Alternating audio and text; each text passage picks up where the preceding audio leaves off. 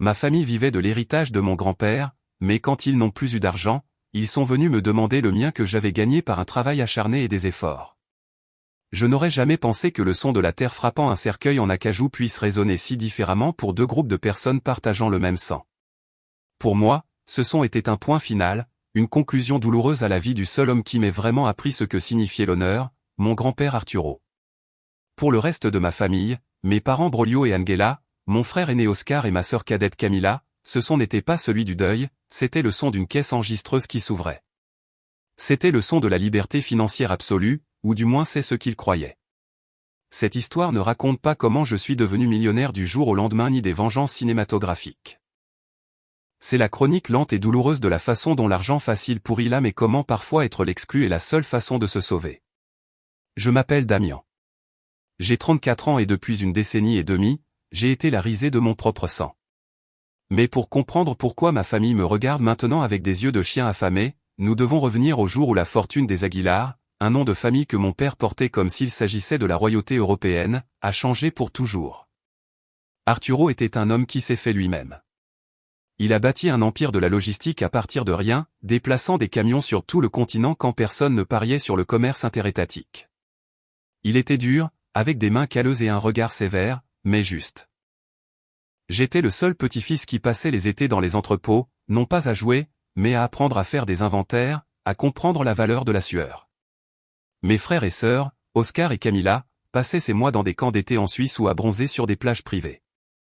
Quand grand-père est mort, il a laissé un héritage liquide d'environ 40 millions de dollars, en plus de propriétés et d'actions. Une somme astronomique.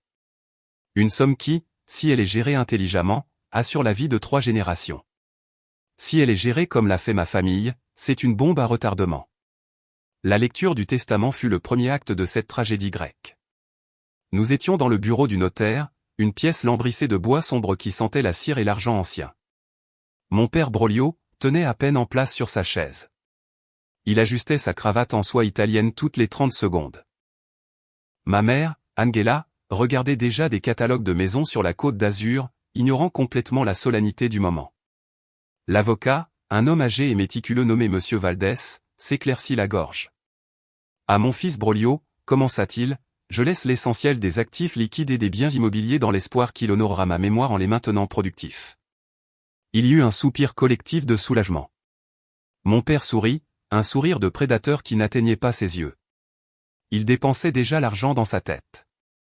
À mes petits-enfants, Oscar et Camilla, continua Valdès, je laisse des fiducies à accès direct pour la somme de 5 millions de dollars chacun. Oscar, qui avait alors 22 ans et venait d'être renvoyé de sa 3e université privée, laissa échapper un rire nerveux et serra le poing en l'air. Camilla, à 19 ans et avec de vagues aspirations à devenir actrice ou mannequin, sortit simplement son téléphone, probablement pour mettre à jour son statut sur un réseau social. Et à mon petit-fils Damian, dit l'avocat, marquant une pause qui glaça le sang dans la pièce. Je lui laisse la somme de 200 000 dollars et ma montre de poche. De plus, je lui laisse la lettre qui se trouve dans cette enveloppe scellée. Le silence fut absolu. Puis, le rire. Ce ne fut pas un rire aimable, ce fut un éclat de rire incrédule et cruel qui jaillit de la gorge de mon frère Oscar. 200 000, se moqua mon père en me regardant avec un mélange de pitié et de mépris. Eh bien, mon fils, je suppose que grand-père savait que tu n'avais pas besoin de beaucoup pour ton style de vie simple. Ma mère me toucha le bras avec cette condescendance qui me faisait toujours me sentir petit. Ne t'inquiète pas, chérie. Nous veillerons à ce que tu ne manques de rien d'essentiel. Tu pourras toujours venir dîner à la maison. Je pris l'enveloppe et la montre. Je ne dis rien. Ce soir-là, quand j'ouvris la lettre dans mon petit appartement loué, je compris. La note de mon grand-père était brève. Damian, tu es le seul qui sait construire. Eux ne savent que consommer. Cet argent est une graine, pas une récolte. Utilise-le bien. Ne les laisse pas t'entraîner dans l'abîme quand ils tomberont, et crois-moi, ils tomberont. Ce soir-là, je pris une décision. Ces 200 000 dollars ne seraient pas touchés pour des luxes. Je payais mes dettes d'étudiant, je terminais ma maîtrise en génie civil et j'utilisais le reste comme capital de départ pour une petite entreprise de construction spécialisée dans la rénovation durable. Pendant ce temps, le carnaval des excès commença. La première année après la mort de grand-père fut un spectacle obscène. Mes parents vendirent la maison familiale, la maison où j'ai grandi, parce qu'elle leur semblait démodée, et achetèrent une demeure moderne en verre et en acier dans le quartier le plus exclusif de la ville. Elle coûta 8 millions de dollars. Puis vinrent les rénovations parce que ma mère n'aimait pas le marbre italien d'origine et en voulait un importé d'une carrière spécifique en Grèce. Oscar s'acheta une supercar rouge vif le lendemain de la réception de son virement. Il l'écrasa 2 mois plus tard contre un poteau électrique en état d'ivresse. La conséquence, Papa USA de son influence pour qu'il n'y ait pas d'accusation et Oscar s'acheta une autre voiture, cette fois bleue et plus chère. Le lendemain, Camilla déménagea à New York, loua un pantouse qui coûtait 15 000 $ par mois et se consacra à produire sa propre carrière artistique, qui consistait essentiellement à organiser des fêtes pour des gens célèbres qui buvaient son champagne et se moquaient d'elle dans son dos. Moi, de mon côté, je travaillais 14 heures par jour. Mes mains, autrefois douces à cause des études, commencèrent à ressembler à celles de mon grand-père. J'avais de la poussière de plâtre sous les ongles et des cernes permanents. Les dîners de famille, obligatoires le premier dimanche de chaque mois, devinrent ma torture personnelle. Je me souviens d'un en particulier, 2 ans après la mort de grand-père.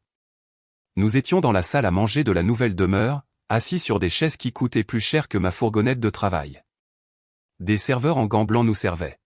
« Eh bien, Damian ?» demanda mon père en agitant son verre de vin rouge à 1 000 $ la bouteille. « Comment va ton petit projet de réparation ?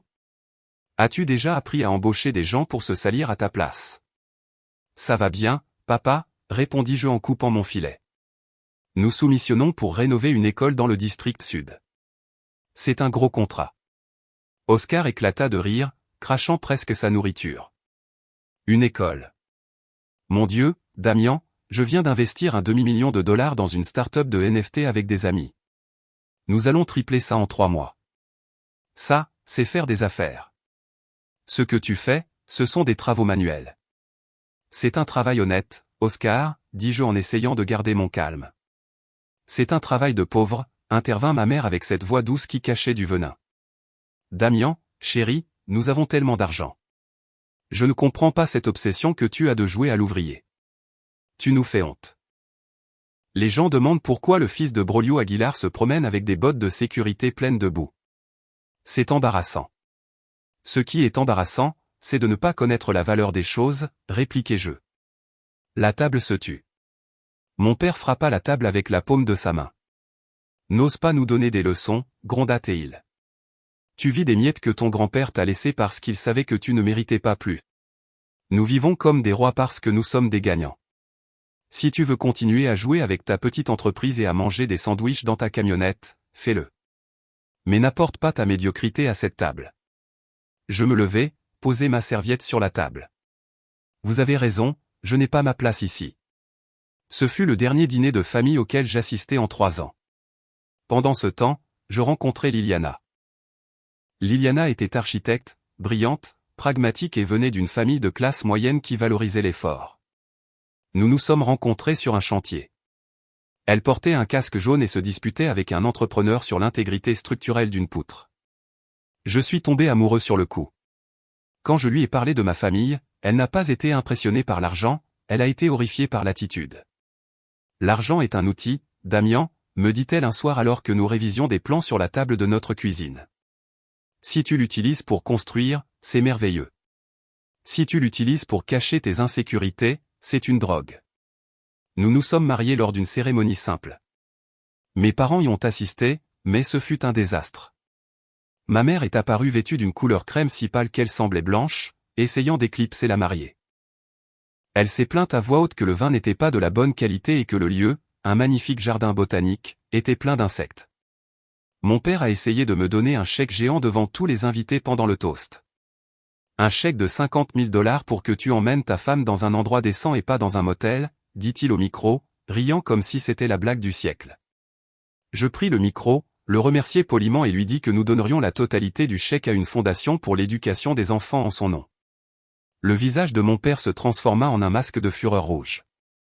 Ce fut le moment le plus satisfaisant de ma vie jusqu'alors, mais la véritable chute commença environ 5 ans après la mort de grand-père. Les premiers signes étaient subtils, mais évidents pour quelqu'un qui s'y connaît en finance.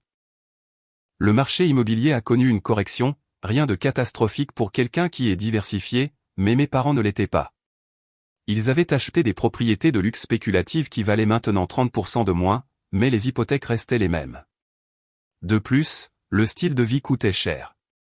Entretenir la demeure coûtait 30 000 $ par mois entre les impôts, l'entretien et le personnel. Les voyages, les vêtements, les voitures. Les liquidités ont commencé à se tarir. Oscar avait investi, perdu presque tout son fonds fiduciaire dans des schémas pyramidaux, des crypto-monnaies douteuses et des paris. Camilla était revenue de New York parce que, selon elle, la ville avait de mauvaises ondes, mais la réalité était qu'elle ne pouvait plus payer le loyer et avait accumulé d'énormes dettes sur ses cartes de crédit. J'ai reçu le premier appel de ma mère un mardi après-midi. J'étais dans mon bureau, mon entreprise n'était plus petite.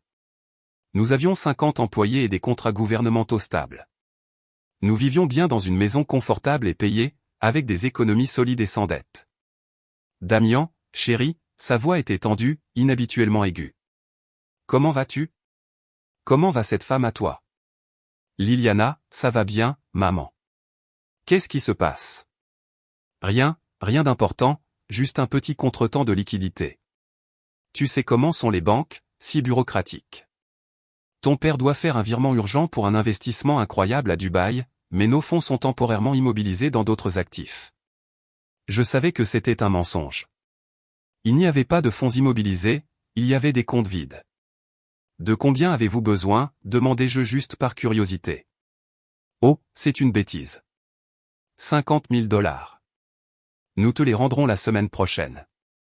Avec intérêt, bien sûr. 50 000 $. La même somme avec laquelle mon père avait tenté de m'humilier à mon mariage. L'ironie était délicieuse et amère. Je n'ai pas cette somme disponible pour prêter, maman, mentis-je. J'avais 10 fois cette somme sur un compte d'épargne liquide, mais je savais que leur prêter de l'argent, c'était le jeter dans un trou noir. Ne mens pas, éclata T.L., perdant son sang-froid. Nous savons que tu réussis. Nous avons vu tes panneaux sur les chantiers de la ville. C'est ton père, Damian. C'est pour la famille. La dernière fois que j'ai vu papa, il a dit que mon argent était médiocre. Je ne veux pas l'insulter avec ma médiocrité, maman. Je raccrochai. Liliana m'a serré dans ses bras cette nuit-là et m'a dit, prépare-toi. Ce n'est que le début. Quand le navire coule, les rats ne font pas que nager, ils essaient de grimper sur tout ce qui flotte. Elle avait raison. Au cours des 2 années suivantes, la décadence s'accéléra. Broglio, mon père, dans une tentative désespérée de retrouver son statut, hypothéqua la demeure pour investir dans un développement touristique dans la jungle qui s'avéra être une arnaque.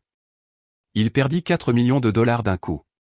La banque saisit l'hypothèque, ils durent vendre les voitures. Je vis avec une étrange sensation de détachement, comment la Ferrari de mon père et la Porsche des Oscars étaient vendues aux enchères en ligne. Ils déménagèrent dans une maison louée, beaucoup plus petite, mais toujours au-dessus de leurs moyens, essayant de sauver les apparences.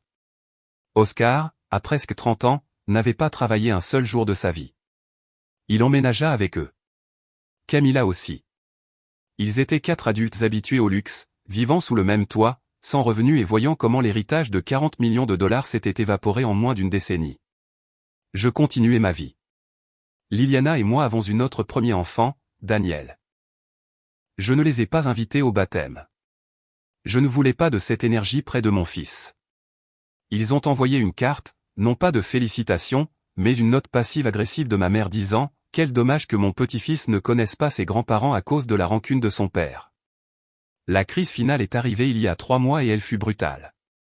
J'étais en réunion avec des investisseurs pour un nouveau complexe de logements écologiques quand ma secrétaire entra, blême.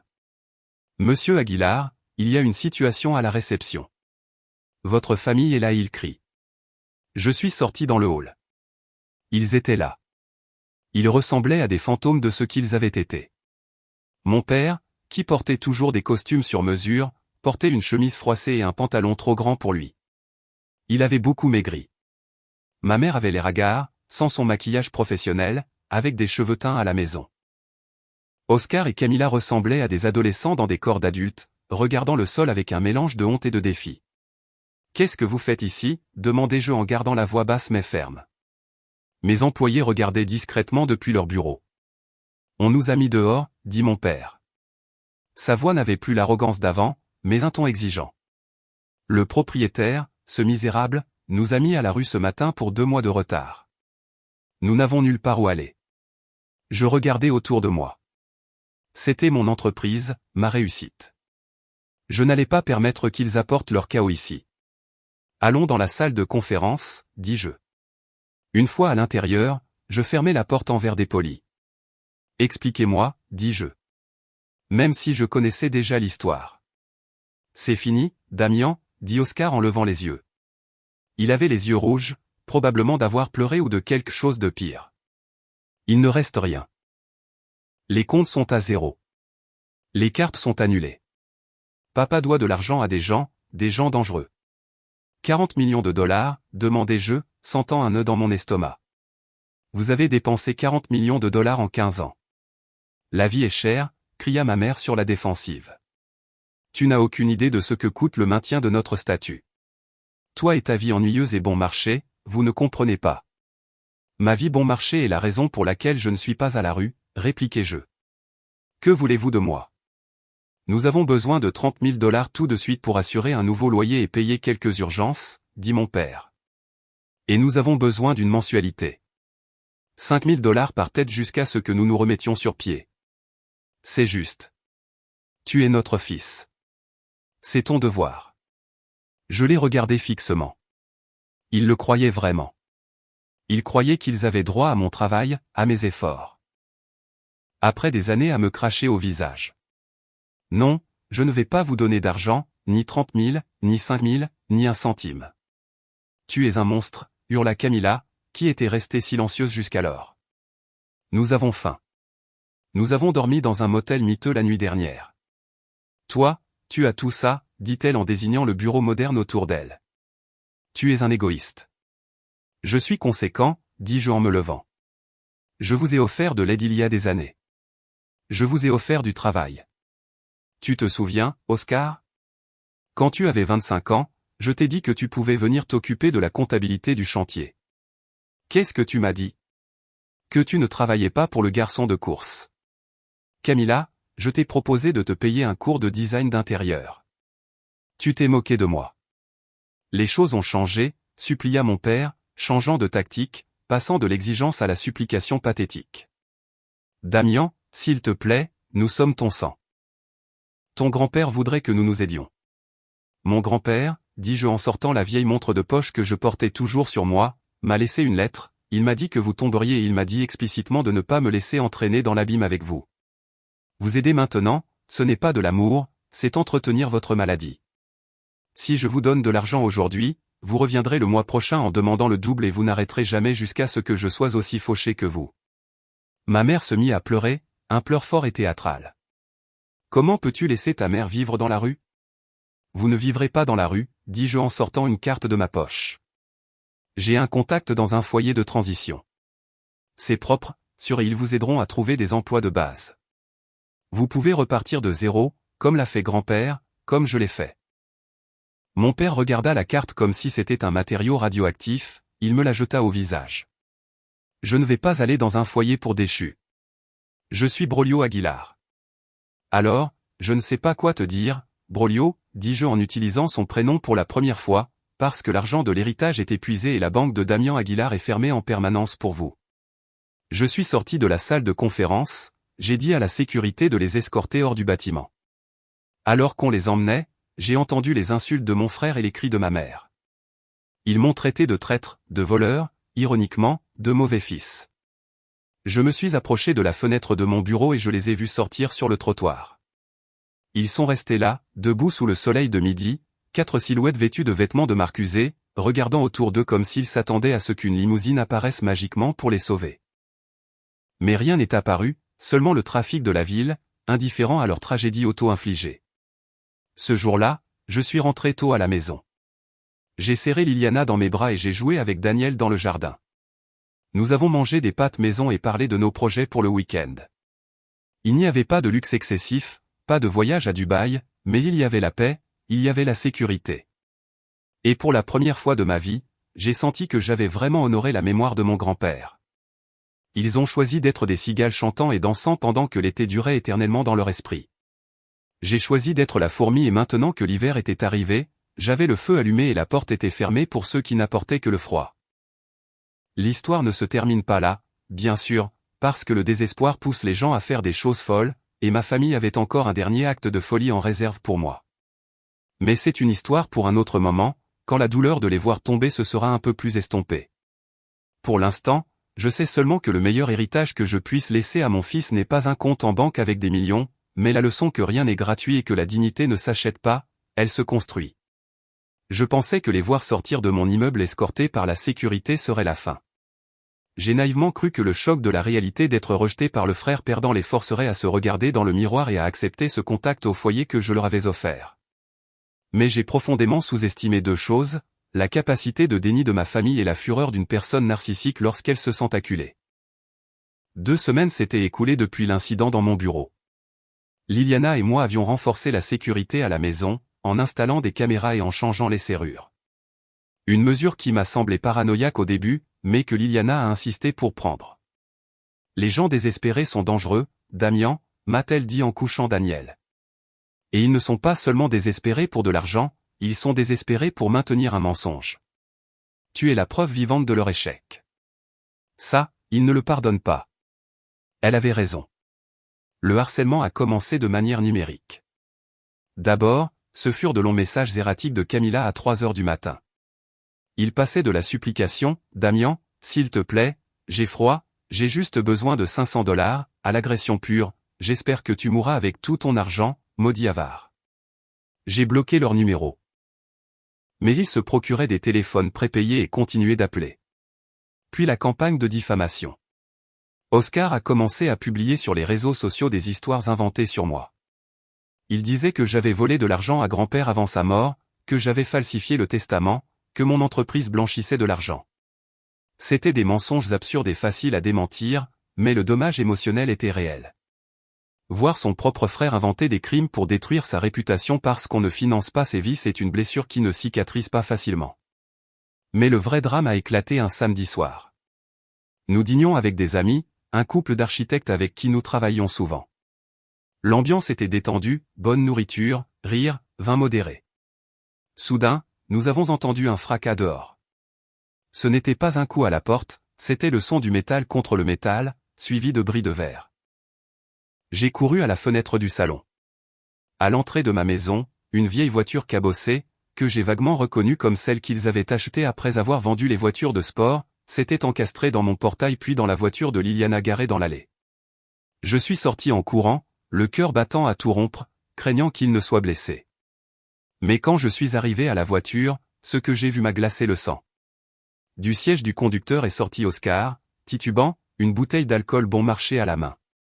Du siège passager est descendu mon père Broglio avec une barre de fer. Ma mère et Camilla sont sortis de l'arrière en hurlant comme des possédés. « Sors de là, lâche !» criait mon père en frappant la boîte aux lettres de ma maison avec la barre de fer jusqu'à l'arracher. « C'est notre argent, c'est notre maison. » « Appelle la police !» ai-je crié à Liliana, qui était sur le seuil de la porte, pâle, serrant Daniel dans ses bras pour qu'il ne voie pas la scène. Oscar m'a vu et s'est jeté sur moi.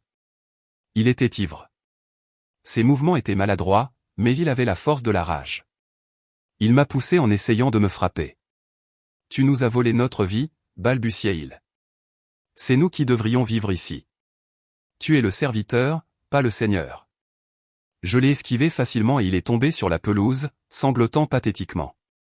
Je n'ai pas eu peur de lui. J'ai ressenti une pitié profonde et dégoûtante. Mon père, cependant, était une autre histoire. Il s'est avancé vers moi avec la barre. « Donne-moi les clés, Damian. Donne-moi les cartes. Nous allons entrer et nous allons prendre ce qui nous revient de droit du sang. »« Papa, baisse ça, dis-je en levant les mains. Tu es en train de commettre une erreur dont tu ne pourras pas te sortir. La police est en route. »« Je m'en fous de la police » a-t-il crié et il a lancé un coup vers ma jambe. La douleur a été aiguë, mais l'adrénaline l'a masquée. J'ai réussi à lui arracher la barre et à le pousser. Il est tombé assis, haletant, un vieil homme vaincu jouant au gangster. Ma mère s'est jetée sur lui, non pas pour l'aider, mais pour me crier dessus. « Tu as frappé ton père. Maudit sois-tu.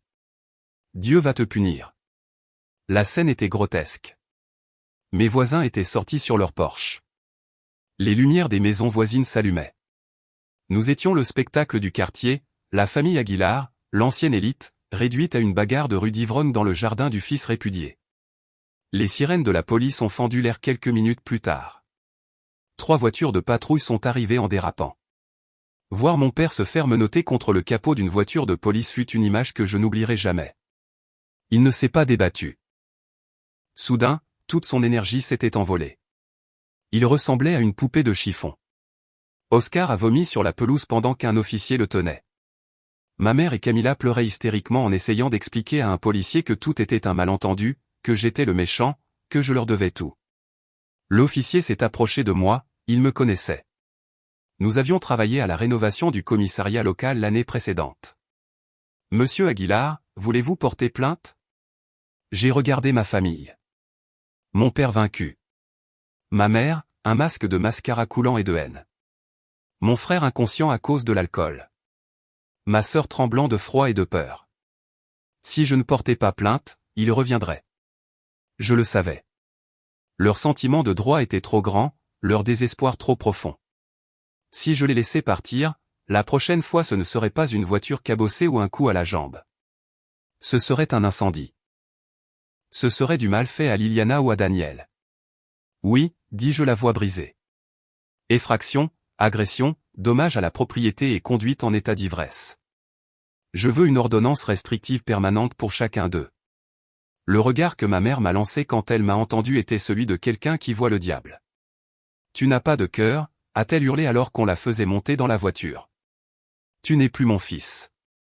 J'ai cessé de l'être il y a longtemps, maman, murmurai-je pour moi-même, depuis le moment où mon compte en banque est devenu plus important pour toi que ma vie. La nuit s'est terminée au commissariat à faire des dépositions. Liliana a été un soutien.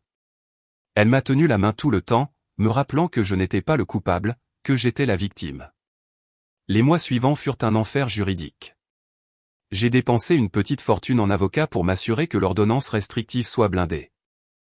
Mon père et Oscar ont passé un certain temps en prison préventive avant qu'un avocat commis d'office ne réussisse à leur obtenir une libération conditionnelle.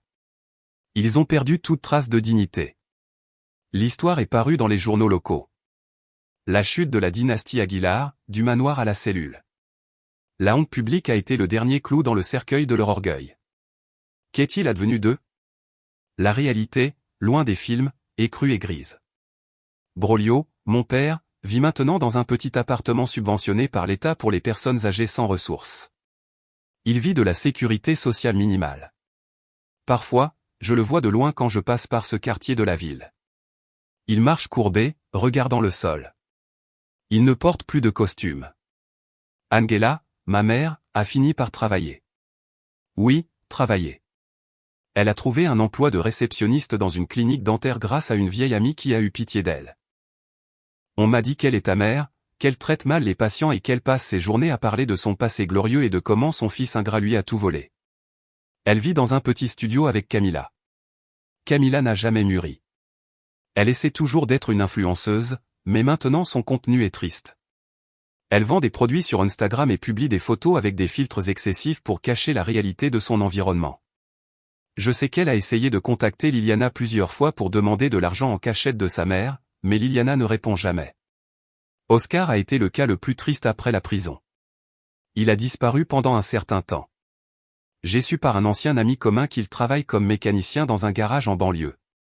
Le garçon qui fracassait des Porsche et se moquait de mes mains sales vit maintenant avec de la graisse sous les ongles en permanence pour pouvoir manger. L'ironie est si lourde qu'elle est presque suffocante. Et moi, mon entreprise continue de croître. Je ne suis pas un magnate mondial, mais je suis riche. J'ai assez pour que Daniel ne manque de rien, pour qu'il aille dans de bonnes écoles, pour voyager avec Liliana. Mais le plus important, c'est que l'argent ne nous définit pas. Dans notre maison, on parle d'idées, de projets, de livres. On ne parle pas de marque, ni de statut, ni de combien coûte la voiture du voisin. Parfois, quand je suis seul dans mon bureau, je regarde la montre de poche de grand-père. Elle fonctionne toujours. Tic-tac, constante et fiable. Je l'ouvre et je relis la lettre que je garde maintenant dans un coffre-fort. Il avait raison. Ils sont tombés et le bruit de leur chute a été assourdissant. J'ai dû suivre une thérapie pour gérer la culpabilité, car même si rationnellement je sais que j'ai fait ce qu'il fallait, il y a une partie de mon cerveau qui me crie que j'ai abandonné ma famille. Mon thérapeute me dit que je n'ai pas abandonné ma famille, mais que je me suis échappé d'une secte, une secte de l'argent facile et de l'apparence. Il y a une semaine, j'ai reçu une lettre. Elle n'avait pas d'expéditeur, mais j'ai reconnu l'écriture tremblante de mon père. Je ne l'ai pas ouverte tout de suite. Je l'ai laissée sur mon bureau pendant 3 jours. Finalement, un soir, je l'ai ouverte. Elle disait simplement, « Mon fils, il fait froid ici et la nourriture est mauvaise, mais hier j'ai vu un bâtiment que ton entreprise a construit dans le centre. Il est solide. Il est bien fait. Ton grand-père serait fier. Moi, je ne sais pas comment l'être. Je n'ai jamais appris. Mais je suppose que tu as gagné. » Il n'y avait pas de demande d'argent, pas d'insulte, juste un aveu sec et tardif de la réalité. J'ai pleuré. J'ai pleuré pour le père que je n'ai jamais eu et pour l'homme pathétique qu'il est devenu. J'ai pleuré pour la famille que nous aurions pu être si l'argent ne les avait pas empoisonnés. Puis j'ai séché mes larmes, j'ai rangé la lettre avec celle de grand-père et je suis monté dans la chambre. Liliana lisait. Daniel dormait dans son berceau. Je me suis glissé dans le lit, j'ai serré ma femme dans mes bras et j'ai éteint la lumière. Demain, je dois travailler. J'ai une réunion à 7 heures. J'ai beaucoup à construire et l'avenir ne se paie pas tout seul.